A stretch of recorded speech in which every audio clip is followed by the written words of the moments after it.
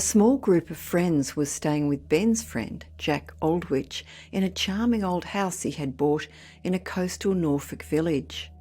Soon after dinner one night, when other guests had drifted off to play bridge and billiards, Ben and Jack's wife Lucy Aldwich had been left alone in the drawing room, trying unsuccessfully to turn a small round table with their combined psychical efforts. They had just given up when there came from the abandoned table a loud, impatient rap. Excited, Ben asked if the unexplained crack was a spirit rapping, and Lucy agreed that it was a direct result of their efforts. She quietly stated that an outpouring of emotional force, which some may call animal magnetism, can manifest its presence in inanimate objects. A parallel phenomenon, she said, is seen in haunted houses where some foul deed has taken place. The atmosphere has somehow become charged with the scene, which in a particular room will repeat itself again and again. This is a preferable thought to that of the poor victim's spirit being dragged through the same event repeatedly. That to her was unthinkable. Her theory, she said, was supported by her own ghostly experience. Lucy explained that her husband Jack had bought their house about a year ago from an older lady called Mrs. Benson. Both Lucy and Jack had heard that it was supposed to be haunted without knowing any particulars of the haunt. Well, about a month ago, Lucy had heard what she believed to be the ghost, and when Mrs. Benson was later staying with the couple, she asked her exactly what the haunting was. She found that it tallied completely with her own experience, which she now proposed to describe to Ben.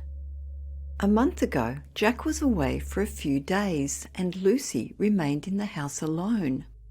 One Sunday evening, she went to bed at about 11 in her room, the only occupied one on the first floor. She explained that she has light switches at her bed head for both the room and the outside passage. Jack had insisted on having the passage light fitted to avoid groping around in the dark. Lucy described that she sleeps solidly and rarely awakes, but that night she woke from her sleep in a state of shuddering and unaccountable terror. She tried to reason away her panic, but without success, so turned on her light and began to read a book. However, the heart hammer in her throat grew no quieter, and she again turned out her light and lay in the dark. She had checked her watch and remembered that the time was 10 minutes to 2. Still, terror of some dark and violent deed was being conveyed to her conscious mind when the house clocks sonorously struck the hour. As she lay there trembling, she heard a sound just outside her room, on the stairs that led to the second story. The seemingly commonplace but unmistakable sound was of feet feeling their way along in the dark, coming downstairs to her passage, while a groping hand slipped and slid along the banisters. The footfalls approached her door, where soon came the brush of drapery and the blind groping of fingers on the panel. The handle rattled as they passed over it, and Lucy's terror nearly rose to screaming point. Then the sensible hope struck Lucy that the midnight wanderer might be a servant, ill or in want of something. And yet why the shuffling feet and the groping hand? At that dawning of hope, she instantly turned on both her own light and that of the passage outside, and opening the door, looked out. The passage was bright from end to end, but quite empty. Yet, as she looked, seeing nothing of the walker, she still heard. She heard the shuffle growing fainter as it receded until it seemed to turn into the gallery at the end and die away. Lucy's sense of terror died with it, and she went back to bed and slept until morning. Ben was silent as Lucy paused, feeling that it was in the extreme simplicity of her experience that the horror lay.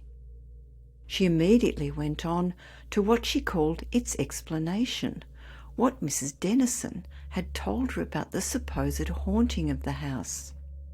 Mrs. Dennison had related that in the year 1610, the heiress to the property was a girl called Helen Dennison. She was engaged to be married to young Lord Southern. Therefore, in the event of her having children, the property would pass away from the Dennisons. If she died childless, it would pass to her first cousin. 1 week before the marriage took place, her cousin and his brother rode to the house from 30 miles away under cover of darkness. They made their way to her room on the 2nd story, where they gagged and attempted to do away with her. However, she escaped from them, groping her way along the passage and into the room at the end of the gallery. They followed her there, where they ended her life. The facts were confessed by the younger brother, who turned king's evidence in the court trial.